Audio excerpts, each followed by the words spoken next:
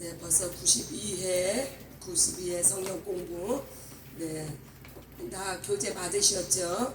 네, 아담과 침례에 관해서 맨날 듣는 얘기 같지만 또 새롭습니다. 네, 그 요약 부분을 제가 또 먼저 읽어드립니다. 하나님은 하늘에 계신 하나님이시다. 하늘의 후사로 아들을 세우시고 누구든지 아들 안에 거하는 자가 아들과 함께 영생과 만유의 후사가 되게 하셨다. 아들이 이 땅에 오시는 길로 아담을 창조하시고 영을 더하사 생명이 되게 하셨습니다.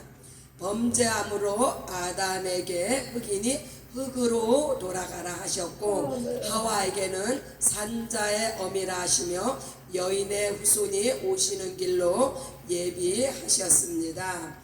The back there, everybody, the brother Joy, you have this paper, right? Yeah, we study for this paper. Yeah, pay attention, okay?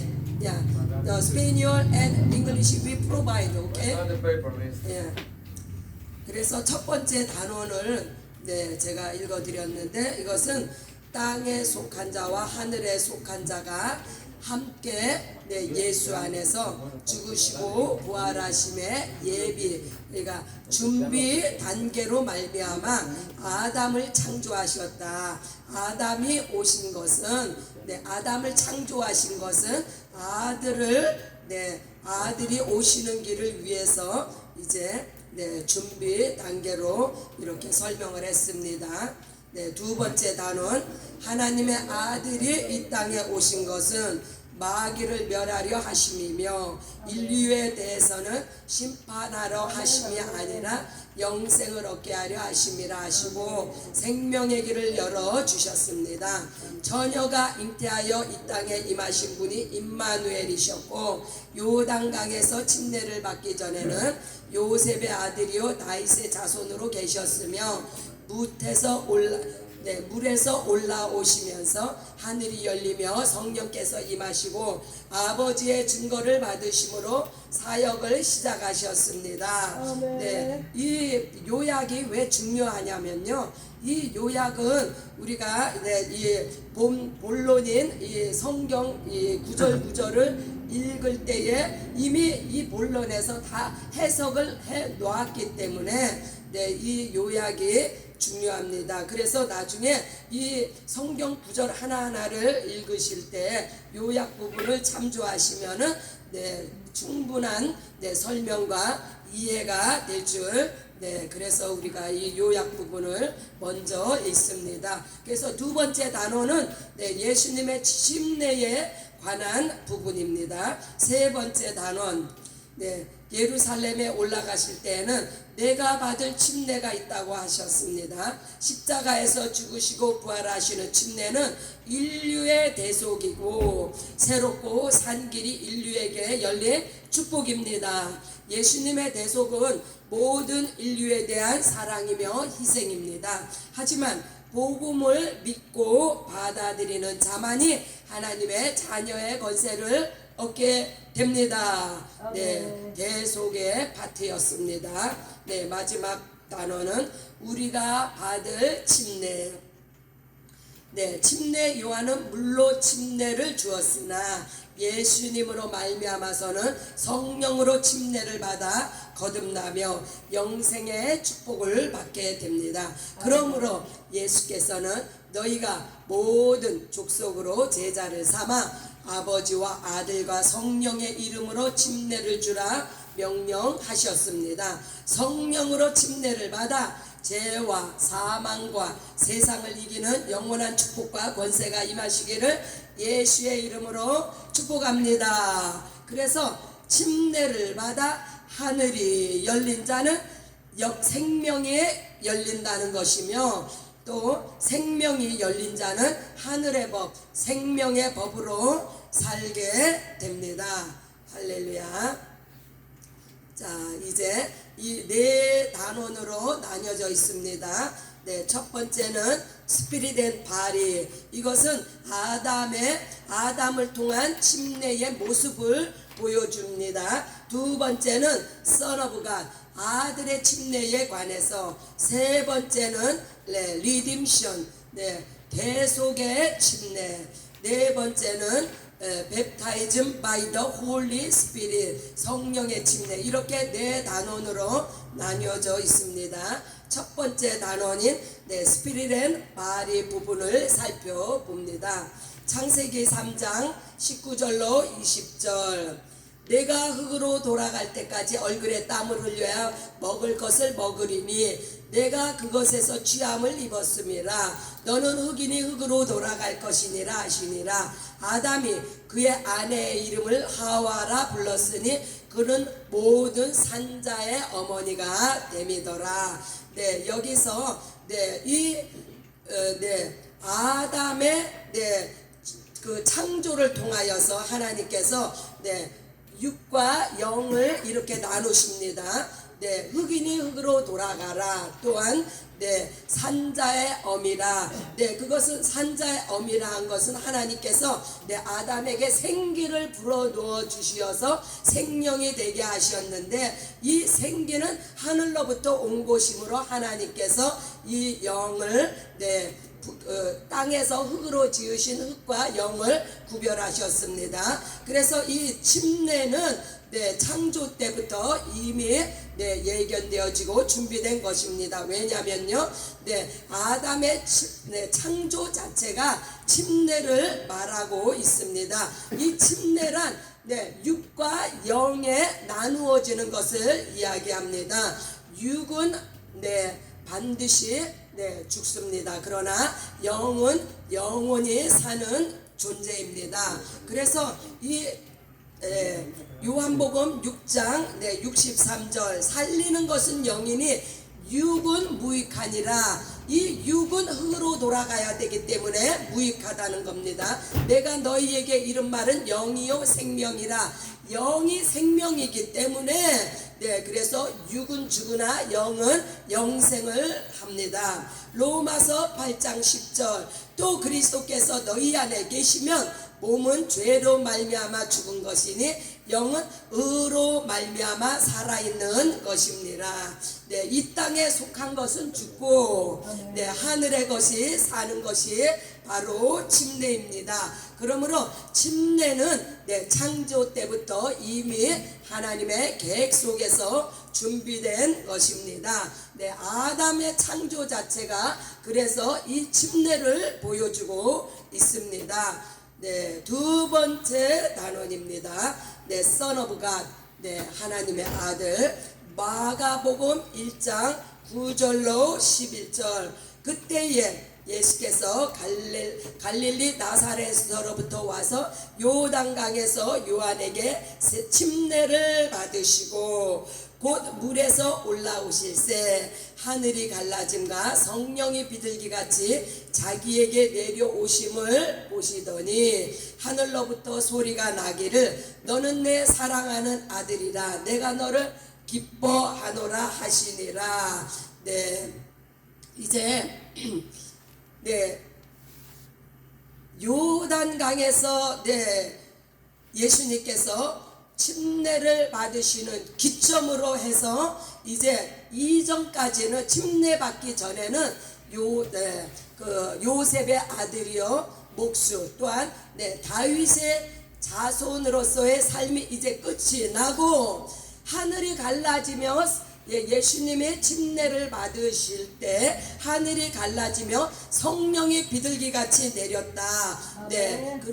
성령이 비둘기같이 내리셨다는 것은 이제 아버지의 뜻을 전하시기 위해서 그 침례 받으시는 예수님을 향하여서 너는 내 사랑하는 아들, 아버지의 음성을 성령께서 들려주시는 거예요. 너는 내 사랑하는 아들이라 내가 너를 기뻐하노라. 아버지의 뜻을 성령께서 이제 침례 받으시는 예수님에게 선포를 하십니다. 그러므로 이 침례를 기점으로 해서 이제 인간의 몸을 입고 인간의 아들로 이 땅에 오신 예수님의 삶이 종결되어지고 이제 하나님의 아들로서의 삶, 하나님의 아들로서의 사역이 이제 시작이 됩니다. 그래서 이후로는 이제 성령의 이끌림을 받아 아들로서의 사역을 시작합니다. 그래서 요한에게 세례 침례를 받았다. 요한의 침례는 그러니까 육에 관련된 침례이지만 이제 예수님께서 베푸시는 예수님으로 말미암는 침례는 곧 이제 영의 침례, 새 사람을 입는 그래서 예수님이 본을 보이신 거예요. 육의 옛사람을 장사 지내고 영의 새 사람으로 거듭나는 모습으로 이제 침례를 받으셨습니다. 마태복음 27장 54절 백부장과 및 함께 예수를 지키던 자들이 지진과 그 일어난 일들을 보고 심히 두려워하여리되 이는 진실로 하나님의 아들이 어떠다 하더라. 예수님께서 사역 초기에 침례를 받으실 때도 이렇게 성령으로 말미암아 하나님의 아들인 것이 증거가 되었는데 이제 이 마태복음 27장은요 예수님의 십자가를 지신 직후에 일어난 사건이에요. 이때는 그동안에 예수님의 사역을 보아왔던 사람들이 예수님이 하나님의 아들이었다는 것을 증거하고 있습니다. 무엇을 통해서요? 예수님이 십자가에 돌아가실 때 휘장이 찢어졌습니다. 또한 무덤이 열리고 죽은 자들이 죽은 성도들의 몸이 다시 살아났다고 했습니다. 이러한 모습들을 통하여서 예수가 정말로 하나님의 아들이었구나 하는 이 고백들을 그를 예수의 죽으심을 지켜본 자들의 입을 통해서 확증이 되어졌습니다. 요한복음 18장 36절 예수께서 대답하시되 내 나라는 이 세상에 속한 것이 아니니라. 만일 내 나라가 이 세상에 속한 것이었다면 내 종들이 싸워 나로 유대인들에게 넘겨지지 않게 하였으리라. 이제 내 나라는 여기에 속한 것이 아니니라. 예수께서 이제 예수님은 하늘나라를 위해서 이 땅에 오신 분입니다. 이 땅에 오신 것은 이 땅의 어두움 가운데 처한 그 죄로 말미암아 죽은 인생 온 인류를 위해서 하늘의 아버지의 뜻을 가지고 이 땅에 오신 것이므로 말미암아 내 나라는 여기에 속한 것이 아니라는 말씀을 하셨습니다. 그래서 예수님의 침례는 아들의 침례는 이 땅의 것이 끝나고 하늘의 것이 열리는 의미가 있습니다. 이렇게 두 번째 단원을 살펴보았습니다. 세 번째로는 리딤션 대속인데 무슨 대속이냐? 피의 대속, 속죄의 대속입니다. 누가복음 12장 50절 나는 받을 세례가 있으니 그것이 이루어지기까지 나의 답답함이 어떠하겠느냐. 이제 예수님께서 이제 받을 침례가 있으시다고 말씀하시는데 그 예수님이 이루어야 하는 이 침례는 곧 아버지의 계명이요 죽으시고 부활하시는 그 계명을 이루시기 위한 침례입니다. 대속을 위한 속죄의 제물이 되시는 것이 아버지의 뜻을 이루어 드리는 것인데 육신을 가지고 계신 예수님이시기 때문에 예수님 또한 그 답답함을 말씀하셨습니다. 요한복음 1장 29절 이튿날 요한이 예수께서 자기에게 나오심을 보고 이르되 보라 세상 죄를 지고 가는 하나님의 어린 양이로다.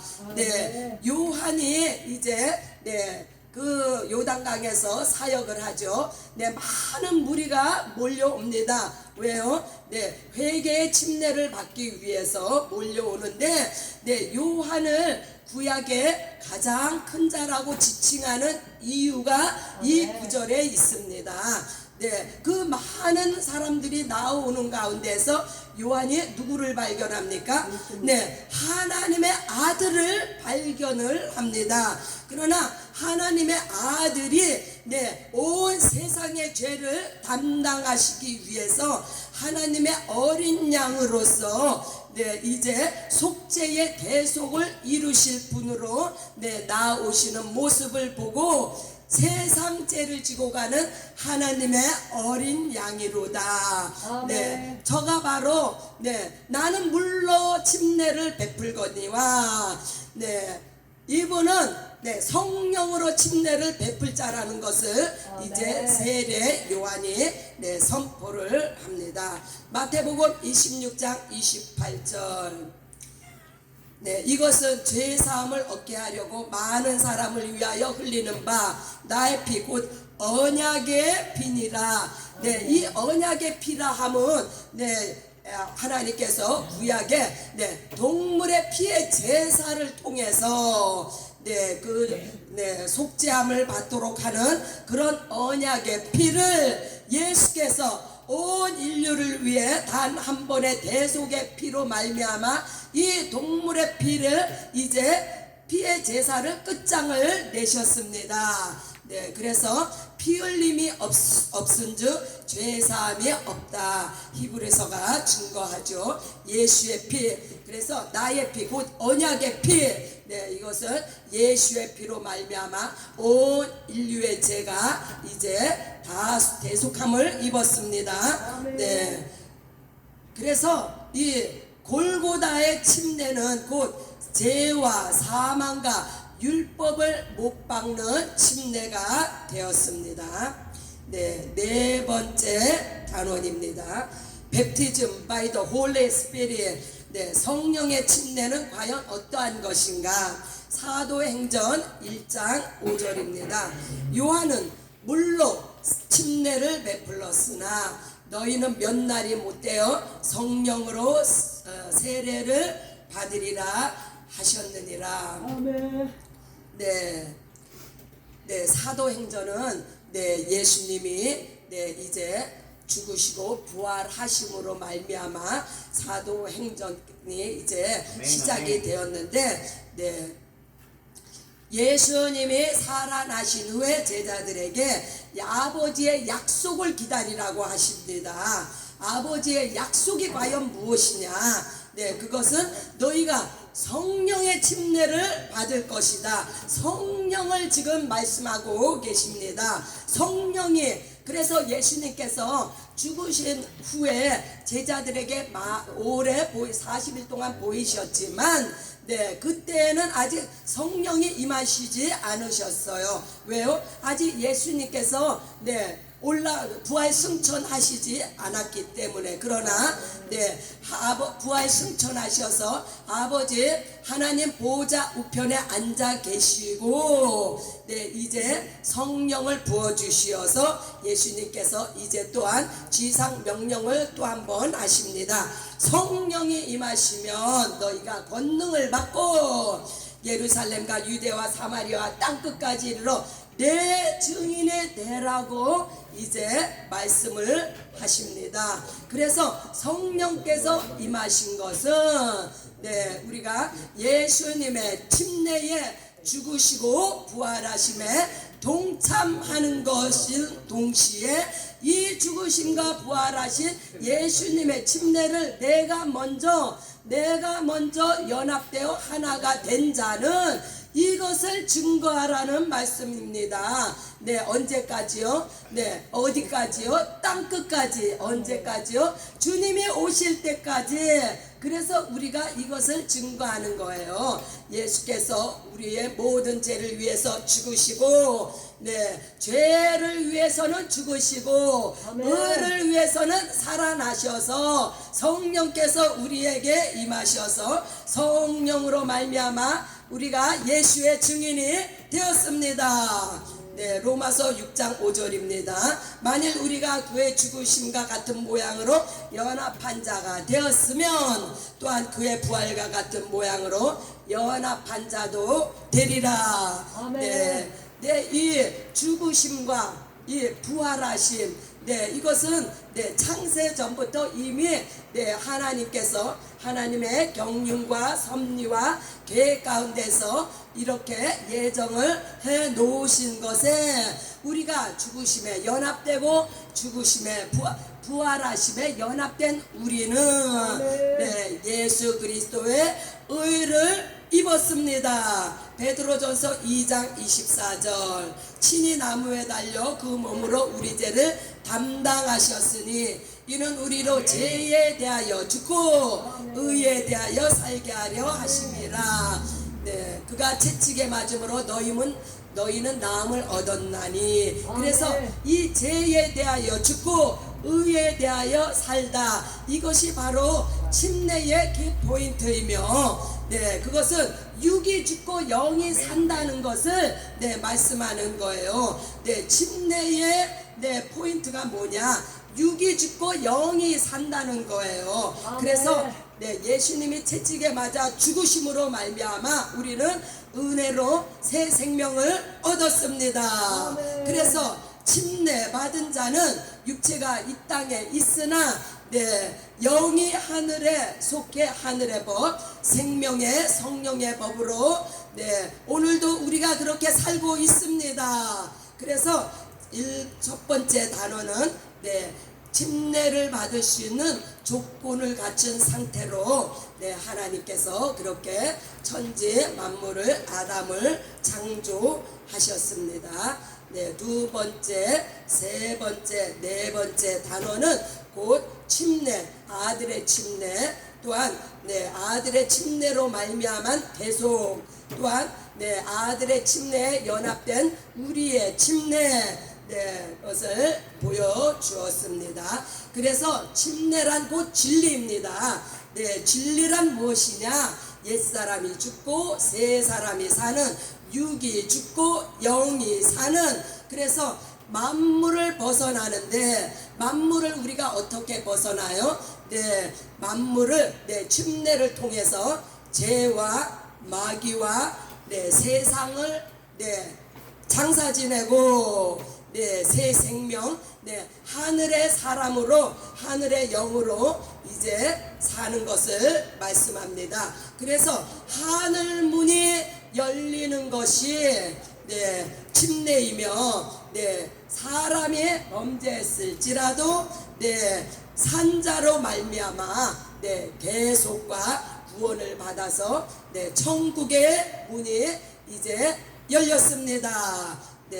이제 마지막 키포인트를 또 말씀드립니다.